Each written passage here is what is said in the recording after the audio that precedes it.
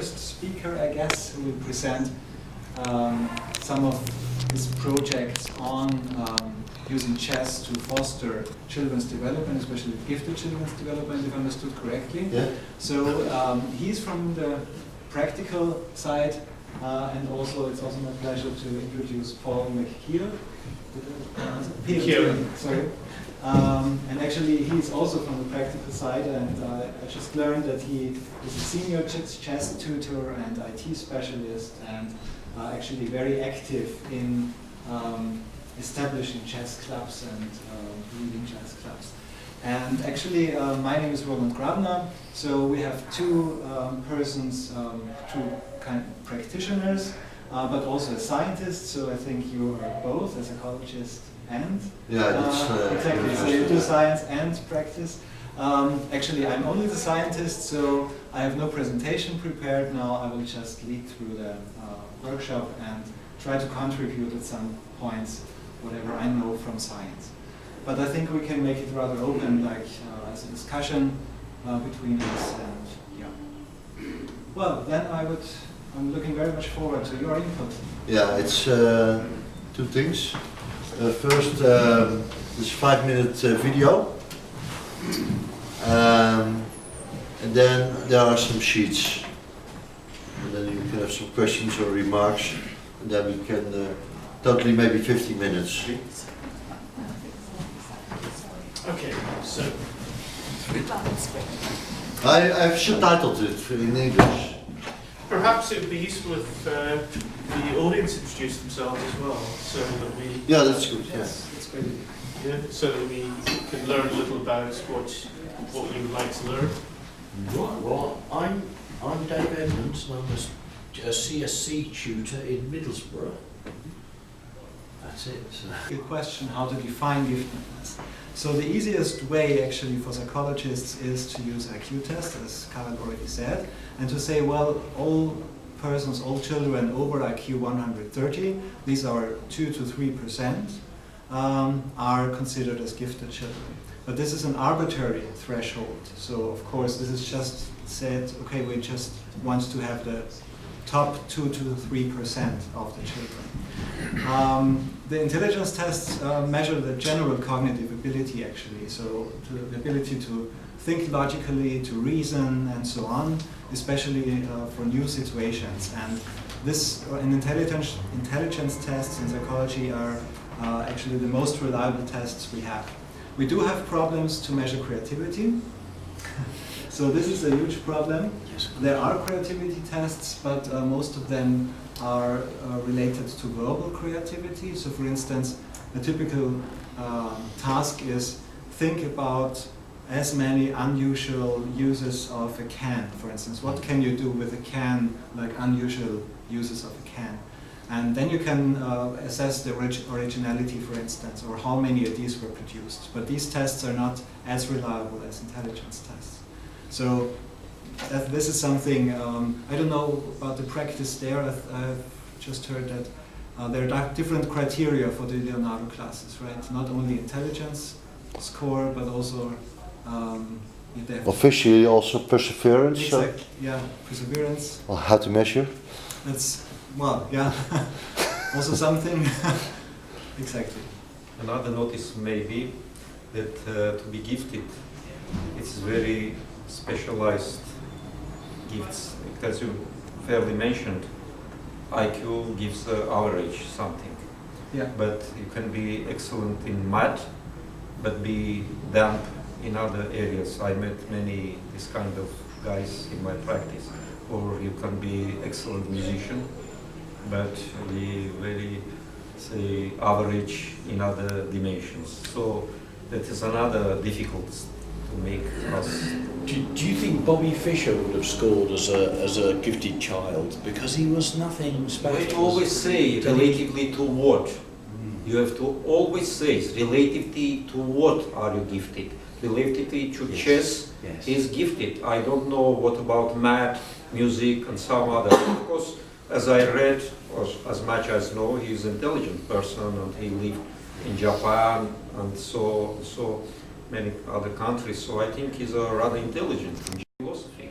He had just supervised some theses in philosophy. So I know that he's in average or general gifted in other dimensions.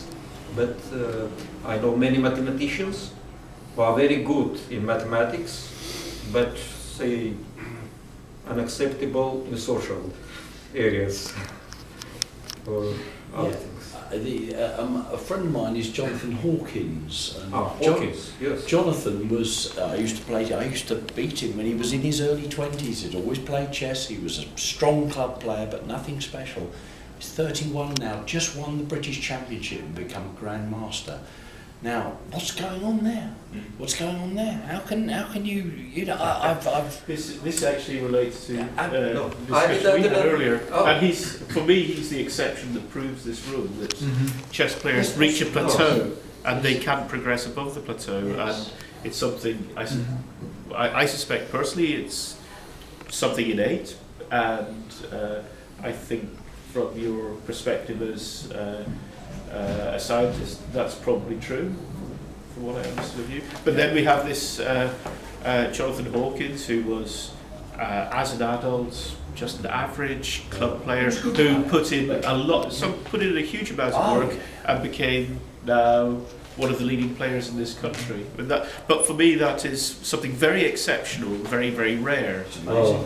So how it'd be very interesting to understand how this gentleman's brain could be plastic as an adult, so that he can take on this huge body of learning and conceptualization and abstraction that you need to become a grandmaster.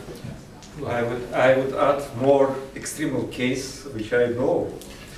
In Russia, there's a school for inborn blind, deaf, and dumb children. It is not a Hopkins who learned something and after. It is much worse. So they have a methodology to bring to these children, some of them more advanced, to the university. They were defending their PhD, and I know the case when one of them became composer in music. So the explanation is that in the root of all our senses are touching. And Hopkins are working with touching. Yes, Hopkins. Yes, he's only by finger, he's regulating. And involved, living by touching. And step by step, we're developing other senses. First, listening. After seeing is much later. Yes, much later. And touching is a fundamental sense, so that is the base which allow to pass. And one of the explanations, autistic disease, is the lack of their touching. And I was wondering whether the training has changed. So there must have something changed then. So maybe because the expertise research shows that the training has a strong impact, the way of training has a strong impact on the performance improvement. Now, I think, can I just comment on that? Yeah, sure. I'm pretty sure that Jonathan trained himself. He lives in concept. And I mean, Malcolm Payne wrote a super article about him in the Telegraph when he got his IM, and he says remarkable achievement because of the age and the fact that he trained himself, and he lived in an absolute backwater concept, which is miles from anywhere, rather than London or somewhere where he would have access to top class coaching. And he's basically sat at home and did it. I mean, it's an amazing story. Yeah. And so I just wonder, go on. So he did change his training. So he kind of he just went home, got his chess books out and sat and studied and turned himself from a club player into a national champion. It's a remarkable story. And I just wonder how that fits in with the notion of talented children. Is Jonathan a talented person? I suppose he must be, mustn't he? A talented adult. Yeah. You can ask what is the role of talent. But actually it appears that he already had this potential before, but this potential wasn't fully developed because he didn't invest enough time or a certain amount of training, and then he decided to do that, and he kind of recovered his potential. Yes. Yeah. Could be even better. Yes. Yeah, okay. Well, excuse me, I've looked at into the book. There's quite a lot of his chess graph and everything. I believe he did a lot of his training with computers and touching on what I think it was the second lady who did the presentation. I can't remember who showed the internet. Perhaps makes me an ideal conference speaker. Okay, so I was given a few days to do this. So, where are we? Okay, a short history. Essentially, Sudoku was invented in 1979, and it became very popular in Japan. And basically, Sudoku is an abbreviation for a description of the puzzle itself, the